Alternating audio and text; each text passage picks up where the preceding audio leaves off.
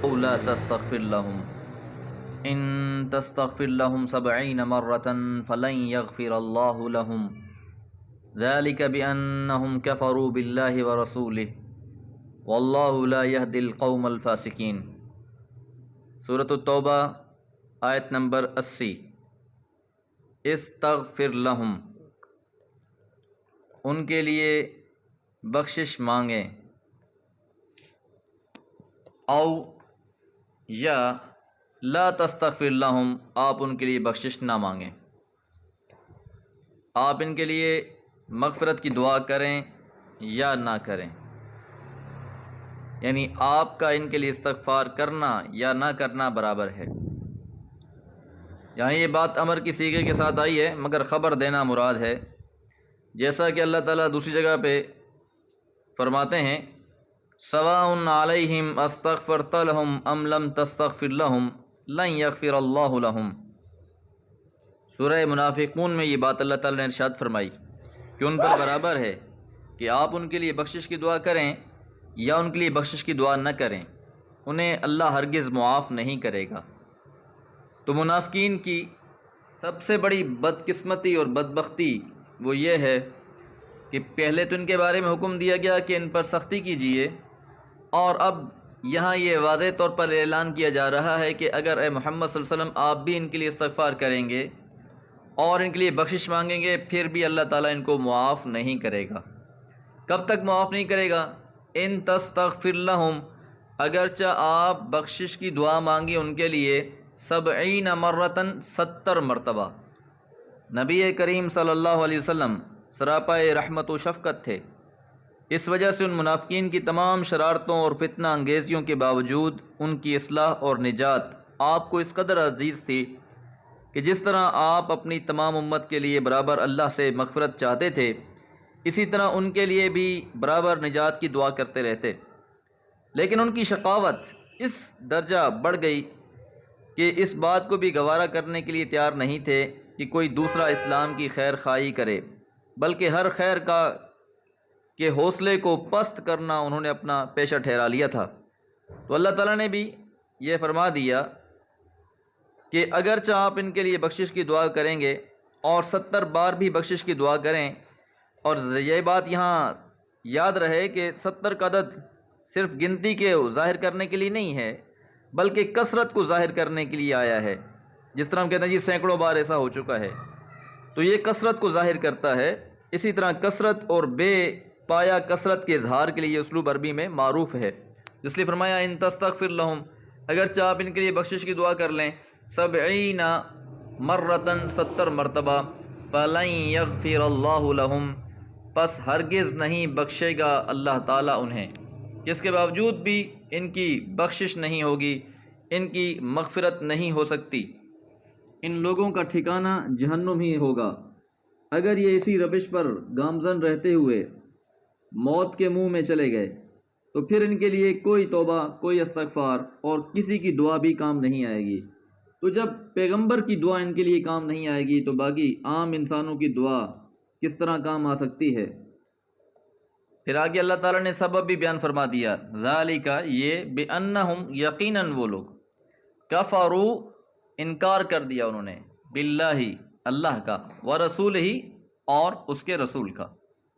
تو آپ ان کے حق میں کتنا ہی استغفار کریں، اللہ تعالیٰ انہیں ہرگز بخشے گا نہیں، کیونکہ اللہ اور اس کے رسول کے ساتھ کفر کی وجہ سے وہ بخشے جانے کے لائق ہی نہیں ہیں۔ یہاں سے فرق نکلتا ہے کہ بے اعتقاد اور گناہ گار کا گناہ ایسا کون سا ہے جو کہ پیغمبر علیہ السلام کے بخشانے سے بھی نہ بخشا جائے، اور بے اعتقاد کو پیغمبر کا 70 دفعہ استغفار فائدہ نہ کرے۔ اب بے اعتقاد لوگ پیغمبر علیہ السلام کی شفاعت پر کس دلیل کے ساتھ بھروسہ کر سکتے ہیں؟ آدمی سے برائی ہو جائے یا عمل میں کوتاہی اور وہ شرمندہ رہے تو وہ گنہگار ہے، اور بدکام کو عیب نہ جانے اور اللہ تعالیٰ کے عائد کردہ فرض کے کرنے اور نہ کرنے کو برابر سمجھے، اور جو نیکیاں کرنے والے ہیں ان پر طعن زنی کریں، تو یاد رہے کہ بے اعتقاد شخص کے لیے بخشش نہیں ہے، نہ مغفرت ہے۔ البتہ ایک انسان گنہگار ہے لیکن اعتقاد، عقیدہ اس کا اچھا ہے، اس کے لیے بخشش بھی ہے اور مغفرت بھی ہے۔ واللہ، اور اللہ تعالیٰ، لا یہدی، نہیں ہدایت دیتے، القوم الفاسقین، فاسق قوم کو۔ فاسق یہاں بد عہد اور غدار کے مفہوم میں ہے۔ جو بھی شخص ایسا ہے اسے اللہ تعالیٰ پھر ہدایت نہیں دیتے۔ اللہ تعالیٰ سے دعا ہے اللہ تعالیٰ صراط مستقیم پر قائم رکھے۔ وما علیہ الا البلاغ۔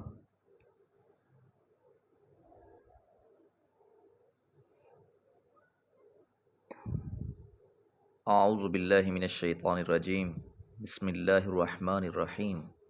فرح المخلفون بمقعدهم خلاف رسول اللہ وکرہوا ان یجاہدوا باموالہم وانفسہم فی سبیل اللہ وقالوا لا تنفروا في الحر قل نار جہنم اشد حرا لو كانوا يفقهون فليضحكوا قليلا وليبكوا كثيرا جزاء بما كانوا يكسبون۔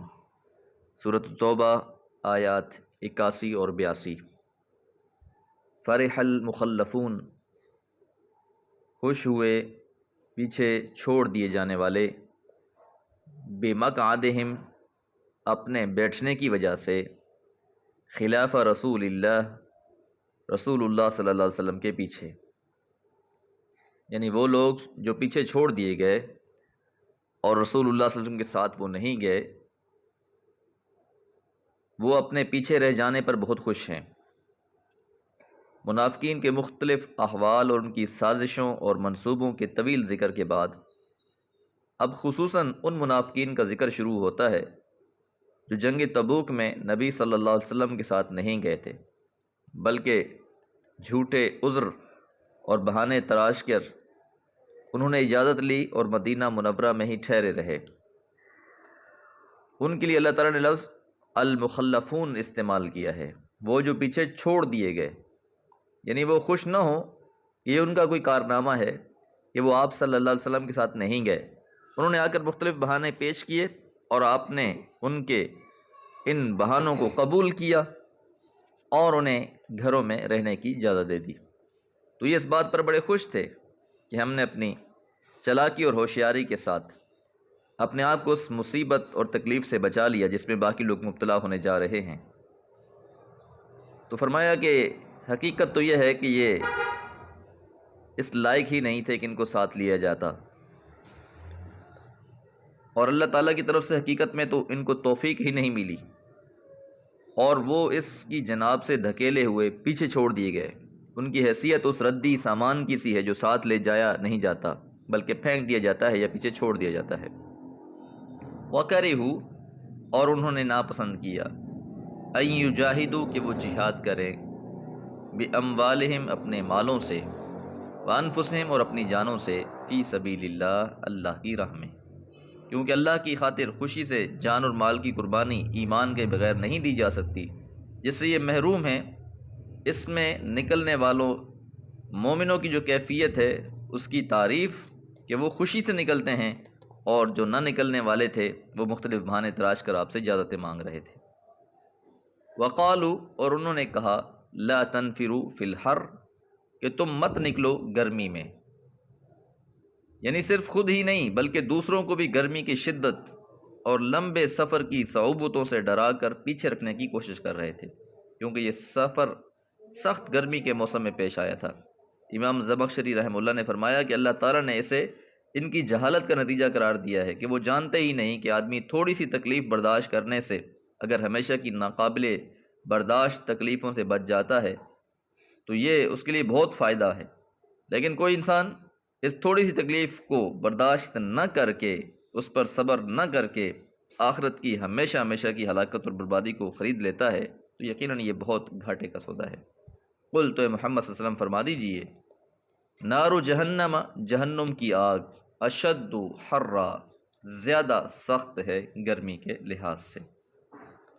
ان کو معلوم ہی نہیں کہ اصل گرمی کیا ہوتی ہے۔ اگر وہ جہنم کی گرمی سے آگاہ ہوتے تو ان کا اس پر ایمان ہوتا تو وہ دنیا کی شدید سے شدید گرمی کی بھی پرواہ نہ کرتے۔ اس نے فرمایا، لو کانوا یفقہون، کاش کہ وہ سمجھتے اس بات کو۔ تو مطلب یہی ہے کیونکہ جہنم کا ایک غوطہ دنیا کی تمام لذتیں بھلا دے گا، اور حضرت ابو ہریرہ رضی اللہ تعالیٰ عنہ سے روایت ہے کہ رسول اللہ صلی اللہ علیہ وسلم نے فرمایا تمہاری آگ جہنم کی آگ کے 70 حصوں میں سے ایک حصہ ہے۔ آپ سے کہا گیا یا رسول اللہ یقیناً وہی کافی تھی۔ فرمایا وہ ان آگوں سے 69 حصے زیادہ کر دی گئی ہے اور سب اس کی گرمی کی طرح ہی ہیں۔ امام بخاری نے اس حدیث کو بیان فرمایا ہے۔ فَلْيَضْحَكُوا قَلِيلًا، بس چاہیے کہ وہ کم ہنسیں، وَلْيَبْكُوا كَثِيرًا، اور زیادہ روئیں۔ جزاءً بدلہ ہے، بما کانوا، بسبب جو تھے وہ یکسبون کماتے، جو وہ کام کر رہے تھے، جو عمل کر رہے تھے، یہ ان کو بدلہ دیا جا رہا تھا۔ تو دنیا میں یہ بڑے خوش ہیں اپنے اس عمل میں کہ ہم نے بڑا کارنامہ انجام دیا ہے، مختلف بہانے تراش کر اجازت لے لی ہے، آج یہ گھروں میں بیٹھ کر ہنس رہے ہیں، کہہ مار رہے ہیں اس باتوں پر۔ لیکن یہ زیادہ نہ ہنسیں کہ پھر ایک دن کی سختی اور گرمی اور عذاب، وہ ایسے عذاب ہیں کہ ان میں ان کو بہت زیادہ کثرت سے پھر رونا بھی پڑے گا۔ اس لیے زیادہ ہنسنے کی ضرورت نہیں ہے، یہ کوئی بڑی کامیابی نہیں بلکہ بہت بڑی ناکامی ہے۔ اللہ تعالیٰ سے دعا ہے اللہ تعالیٰ حقیقی زندگی کو سمجھنے کی توفیق عطا فرمائے اور اس میں آخرت کی تیاری کی توفیق عطا فرمائے۔ وما علیہ الا البلاغ۔